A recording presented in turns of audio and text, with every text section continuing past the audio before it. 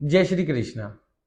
रजस्वला स्त्री अर्थात मेंसेस के दौरान लेडीज देवी हैं या तुच्छ हैं। अब कुछ लोग कहेंगे कैसा टॉपिक छेड़ रहे हैं।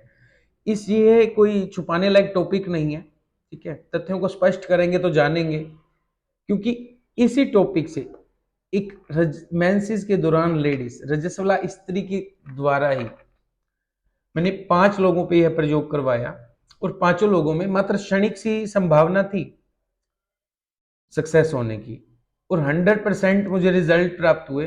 तो मेरा कॉन्फिडेंस बना कि मुझे इसका वीडियो बनाना चाहिए। देखिए कुंडली क्या कहती है।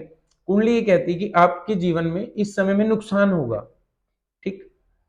जीवन और मृत्यु को छोड़ के बाकी सभी चीजें इंगित करती हैं कि नुकसान होगा या लाभ होगा। वो नुकसान या लाभ आपके कर्मों पे, आपके हाथों में, आपके उपायों पे निर्भर करता है, ठीक है। कोई कुंडली ऐसा नहीं लिखा कि आपका 10 करोड़ का नुकसान होगा या 100 रुपए का होगा या 10 लाख का होगा। वह आपका जीवन, आपका कर्म, आपके भाग्य इस पर निर्भर करते हैं, ठीक। तो उपाय यही कार्य करते हैं कि जब अति की आशंका होती है, अति की संभावना होती है, तो उपायों के द्वारा उन्हें मध्यम किया जाता है, कम किया जाता है। इसलिए कह रहा हूं कि मेरे पास 5 ऐसी कुंडलियों पे मैंने यह प्रयोग किया कि जिनमें क्षणिक से संभावना थी। दो ऐसे कपल, दो ऐसे परिवार जिनकी संतान होने की क्षणिक सी संभावना थी, अर्थात बाकी सभी ग्रह नकारात्मक स्थिति में थे। किंतु जब उन पे यह प्रयोग किया तो उन्हें 100% सफलता प्राप्त हुई, अच्छी से संतान उत्पन्न हुई निर्विघ्न रूप से, ठीक। एक व्यक्ति को जो 9 सालों से जेल में था, मुक्ति नहीं हो पा रही थी, उसे जमानत भी मिली और केस भी खत्म हुआ। जमानत मिलने के कुछ समय बाद उसका केस भी खत्म हुआ। और भी ऐसे 2 केस हैं जिन्हें एक्सप्लेन अभी नहीं किया जा सकता है, किंतु 5 लोगों पे मुझे 100% आउटपुट मिली। और ये ऐसा विषय था कि काफी समय से कश्मकश रहती थी कि क्या ठीक है और क्या गलत है। किंतु मां कामाख्या देवी की ऐसी अनुकंपा हुई, ऐसा आशीर्वाद प्राप्त हुआ कि मैं इस विषय की स्पष्टता को जान पाया और इसे प्रयोग को सफल कर पाया। अब देखिए एक शास्त्र इस विषय में क्या कहता है।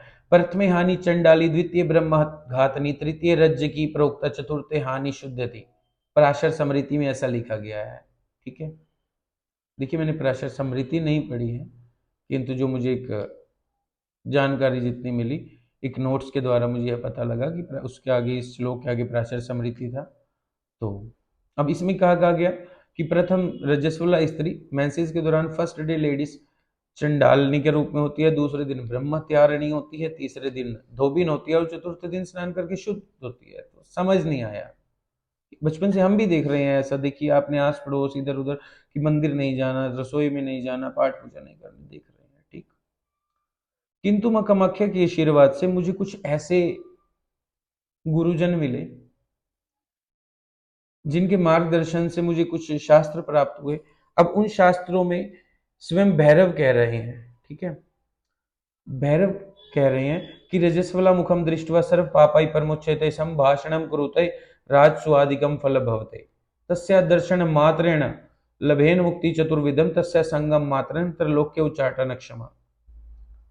ये तंत्र है, किंतु यहाँ रजस्वला स्त्री को देवी स्वरूपा कहा गया है कि एक विधि के कारण, मतलब एक कुछ प्रयोग से रजस्वला स्त्री देवी के समान हो जाती है। उच्चाटन जैसी तंत्र भी उसके आगे क्षमा हो जाते हैं, अर्थात खत्म हो जाते हैं।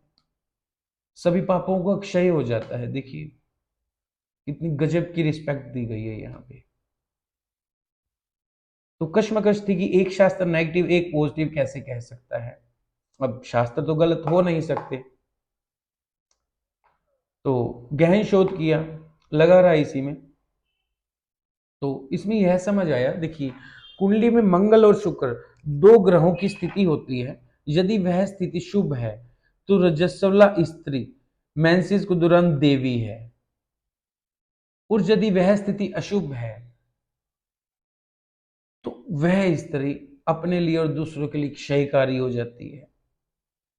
अब जिन शास्त्रों में नेगेटिव कहा गया वो भी सिद्ध हो रहे हैं कि हाँ, जिन स्त्रियों की कुंडली में मंगल शुक्र की स्थिति नेगेटिव थी उन्हें क्षय का सामना करना पड़ा, परेशानियों का सामना करना पड़ा, खाना बनाने के दौरान चूल्हा चौके करते, अपनी जीवन की दिनचर्या को सामान्य रखने के बाद उन्हें जीवन में विषमताओं का सामना करना पड़ा। ठीक, मैं 65 कुंडलियों के ऊपर विश्लेषण कर चुका हूँ।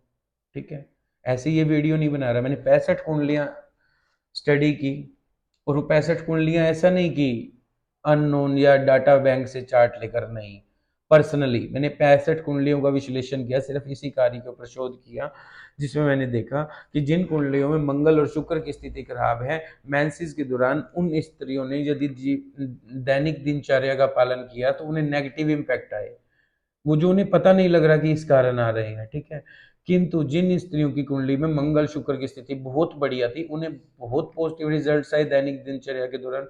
और कुछ तो मुझे ऐसे भी देखने को मिले जिनका मंगल शुक्र शुभ थे, कि वो उस दौरान पाठ पूजा करते हैं, वो कहते हैं कि हम गुरुद्वारे जाते हैं, हमारे में नहीं मानते हैं, मतलब लॉजिक्स कुछ भी थे, किंतु उनका मंगल और शुक्र की स्थिति बढ़िया थी तो उन्हें पॉजिटिव रिजल्ट्स प्राप्त हुए।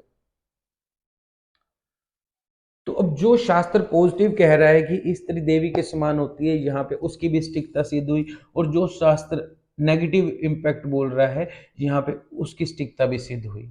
It's a depend on your planet situations. ठीक है, देखिए ना, स्त्री ताड़का भी थी, स्त्री शूर्पणखा भी थी, जरूरी नहीं है ना कि सभी देवी हैं। इट्स ए डिपेंड ऑन आपके कर्मों पे, आपके प्रारब्ध पे, आपके जो पूर्वज हैं उनके कर्मों के कारण आपका जो जन्म जहां हुआ, आप किस प्रारब्ध को लेके पैदा हुए, किन कर्मों से में आपका लालन पोषण हुआ, इन सब पर निर्भर करती है आपकी जीवन कुंडली। ठीक, अब इस पे स्पष्टता देखिए ना। अब इसे क्या हुआ, भेड़चाल हो गई, किसी ने शोध करने का कार्य नहीं किया, कोई महाज्ञानी हो गया तो बोलता है अरे नहीं है तो अशुद्ध है।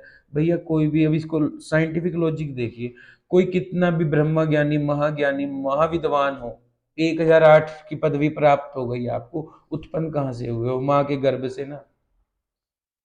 जब आपकी माता जी के अंडाशय से फिलिपियन ट्यूब के द्वारा गर्भाशय में डिंब आए और उनका रक्तस्राव नहीं, मासिक स्राव नहीं हुआ, आपकी मतलब पुरुष के वीर्य के द्वारा समायोजन से उन डिंबों के आप गर्भाशय में गर्भ की उत्पत्ति हुई। यदि वह रक्तस्राव चलता रहता तो आप उत्पन्न ही नहीं होते ना।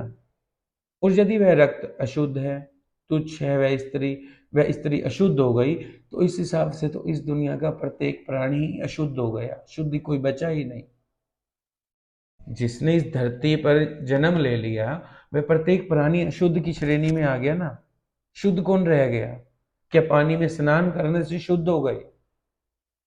वो रक्त तो चलो चला गया, आपने स्नान कर लिया, आप शुद्ध हो गए, किंतु यह जो चमड़ी बनी है, यह चमड़ी कितने भी बार पानी से धो लो यह घिसेगी थोड़ी, फिर तो आप ही अशुद्ध हुए। तो साइंटिफिक भी इसका कारण समझ नहीं आया, किंतु एस्ट्रोलॉजिकल जो समझ में आया कि मंगल और शुक्र की स्थिति, ये 65 कुंडलियों का विश्लेषण करने के बाद मुझे यह स्पष्टता हुई कि रजस्वला स्त्री यदि चाहे तो वो किसी का विनाश भी कर सकती है और वो देवी के रूप में किसी को वरदान भी दे सकती है। यह डिपेंड करता है आपके जन्म लेते ही आपकी कुंडली पर। आपकी कुंडली क्या है? आपका भाग्य पर आपके। ठीक, अब यह जो प्रयोग है यह केवल दंपतियों के लिए, वैवाहिक दंपतियों के लिए, और किसी के लिए भी यह प्रयोग वर्जित है, और किसी से इस प्रयोग के बारे में कोई चर्चा नहीं की जाएगी। यदि कोई वैवाहिक दंपति इस प्रयोग के द्वारा अपने जीवन की परेशानियों को दूर करना चाहता है, लाभ प्राप्त करना चाहता है, तो आप निसंकोच अपनी बर्थ डिटेल हमें भेज सकते हैं। हम आपको यह बता देंगे कि हाँ, आपकी वाइफ की कुंडली में या आपकी कुंडली में मंगल शुक्र अच्छी स्थिति में है, आप यह प्रयोग करें, और यदि अच्छी स्थिति में नहीं है तो उनसे इस प्रयोग के बारे में कोई चर्चा नहीं की जाएगी। और केवल दंपत्ति दोनों, हस्बैंड वाइफ दोनों होने पर ही इस विषय पर चर्चा की जाएगी, अन्यथा कोई भी अकेला व्यक्ति इस विषय पर चर्चा करने के लिए भी ना आए, ना उपाय पूछने आए। ऐसी ही लाभकारी जानकारी प्राप्त करने के लिए, अपने जीवन को सुगम करने वाले उपाय जानने के लिए, ज्योतिष वास्तु संबंधित गहन जानकारी प्राप्त करने के लिए आप धनसुख एस्ट्रोलॉजी के इस चैनल को सब्सक्राइब कीजिए। जय श्री कृष्ण।